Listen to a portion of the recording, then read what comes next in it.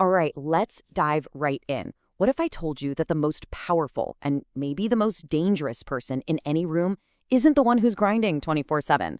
What if it's actually the person everyone else just writes off as lazy? I know, it sounds completely backward, but we're going to break down exactly why this person might be the one society is secretly terrified of. Just picture it for a second. You're sitting in a coffee shop, you see two people. At one table, you've got the overachiever, laptop blazing, fingers flying across the keyboard. And at another table, there's the dreamer, just kind of scrolling on their phone, maybe staring out the window. Now be honest, who would you bet on?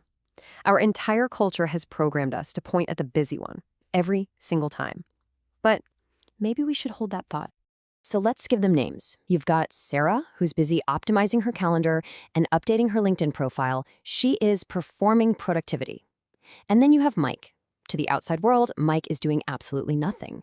But here's the thing. While Sarah's busy managing tasks, Mike's mind is quietly solving a problem that could completely upend an entire industry. So why do we automatically assume Sarah's the winner and Mike's the loser? And that, right there, brings us to the main character of this whole story, the lazy, ambitious man. This person is a walking contradiction, and it completely short-circuits our brains. They've got these huge, world-changing ambitions, but on the surface, they seem to be taking zero action. This person is a direct threat to everything we've been taught about what success is supposed to look like. So what does this archetype actually look like in the wild? Well, they're the ones with dreams bigger than anyone you've ever met, but they might not roll out of bed until noon. They're the ones who have these flashes of insight that could redefine entire fields, but they won't even change out of their pajamas to write them down. It's this huge gap, this profound disconnect between their inner world of ambition and their outer world of doing nothing that makes us all so uncomfortable. So let's ask the real question. Why does this person bother us so much? To figure that out, we actually have to stop looking at them and start looking at ourselves. The famous psychologist Carl Jung had a really powerful idea about this.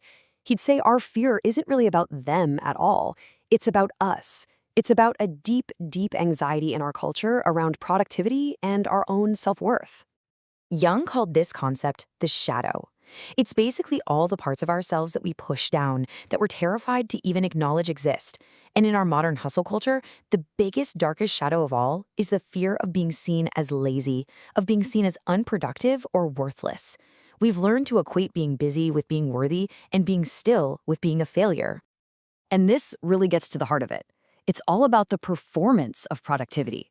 We hustle, we grind, we post our to-do lists online, not always because it's the most effective way to work, but because we're absolutely terrified of what people would think of us if we just stopped.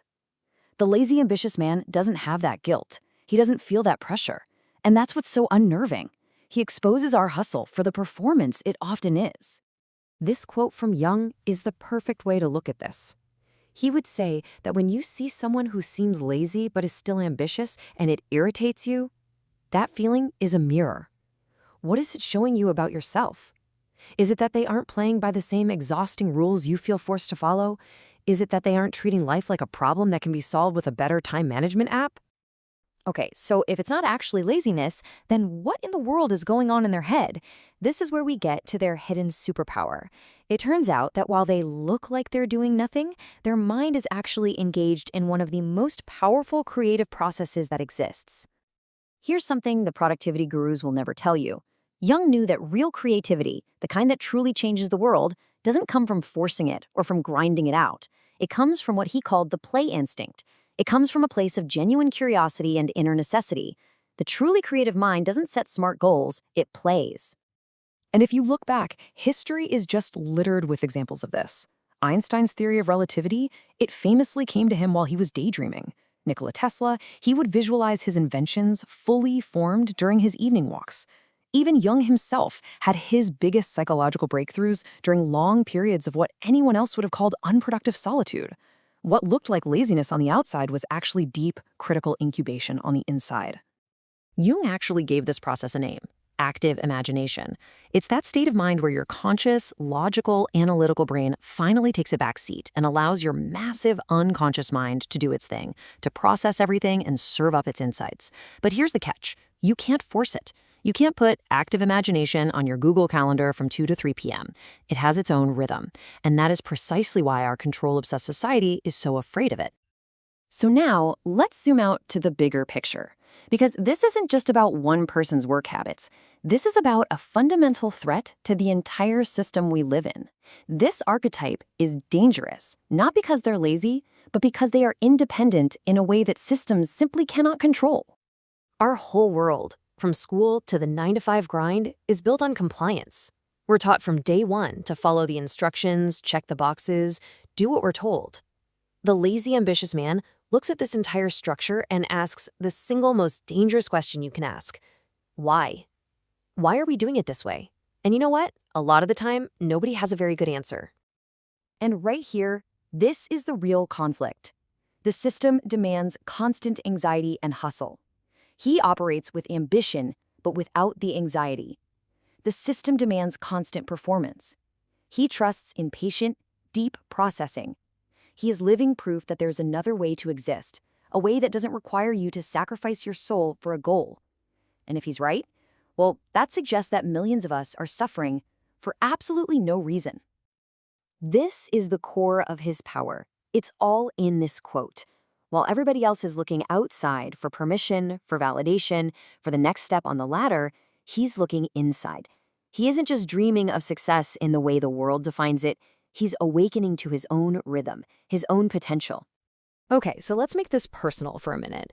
Maybe as I've been talking, you've started to see a little bit of yourself in this description. Maybe you're the one that society has been getting wrong all this time. So let's look at the signs. Does any of this sound familiar? You get these big ideas that seem to just pop into your head, fully formed out of nowhere. Trying to follow all that traditional productivity advice just feels wrong, like you're fighting against your own nature, and it just makes you feel worse. And your energy? It's not a steady, consistent burn from 9 to 5. It comes in these intense waves with periods of what you need to be, inactivity in between. If that's you, that's not a bug in your system, it's a feature. So, how do you actually live this way in a world that just doesn't get it? Okay, number 1, stop apologizing for your rhythm. That urge to do nothing isn't laziness. It's your unconscious mind asking for the time it needs to work. Number 2, learn the crucial difference between restorative, necessary rest and just anxious avoidance. And number 3, develop what's called active patience, where you consciously prepare and get ready for your moment while you trust your unconscious to do its deep work. And this is so important to hear. You have to stop measuring your life with someone else's ruler. Our society celebrates the overnight success, the 20-something CEO, but true, meaningful, deep work takes time. Jung himself didn't publish his most important work until he was in his 60s. Your moment will come, but it will come on your schedule. And that is not failure. That is the path to mastery. So I'll just leave you with this question to think about. The person society fears isn't a problem to be solved. They are a possibility to be explored. They prove that there's a totally different relationship we can have with time, with success, and with our own potential. So what's the biggest dream you'd been putting off because you thought you had to chase it the right way?